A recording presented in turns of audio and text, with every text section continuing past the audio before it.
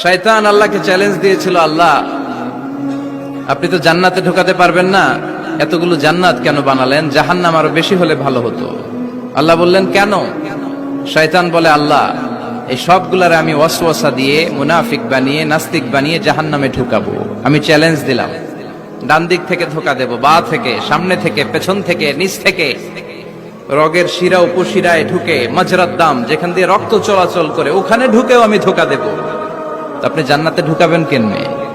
আল্লাহ বললেন, তুমি আমারও চ্যালেঞ্জ দাও, এত বড় সাহস? আমি তো সব রাজার বড় রাজা, মহারাজা। চিৎকার করে বলেন ঠিক কিনা? মহারাজার সাথে চ্যালেঞ্জ দেয়া যায় না।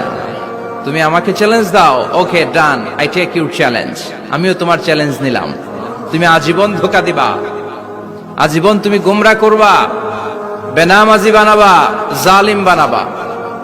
কিন্তু আমার বান্দা কোন তাফসীরুল কোরআনের মাহফিলে এসে, কোন এক ওয়াক্তের নামাজে মসজিদে ঢুকে, অথবা মাঝরাতে ঘুম ভেঙে গেলে তাহাজ্জুদের জায়নামাজে চোখের পানি ছেড়ে যখন ক্ষমা চাইবে, আমি সব গুনাহ মাফ করে দেব, তুই কি করবি? চিৎকার করে পড়েন আল্লাহু আকবার। এজন্য ভুল নাই এমন কোন মানুষ নাই। ভুল হয়নি শুধু নবীদের, এজন্য তারা মাসুম। আহলুস সুন্নাহ ওয়াল জামাআর ইতিকাদ হচ্ছে নবীদের কোনো ভুল নাই, ঠিক কিনা? ছোটখাটো যে ব্যাপারগুলো ঘটেছিল সেগুলো আল্লাহ অবশিষ্ট থাকতে দেননি, সেগুলোকে আল্লাহ ঠিক করে দিয়েছেন। চিৎকার করে পড়েন সুবহানাল্লাহ। মানুষ ভুলের ঊর্ধ্বে নয়। কুল্লুকুম খাত্তা, তোমরা সবাই ভুল করো।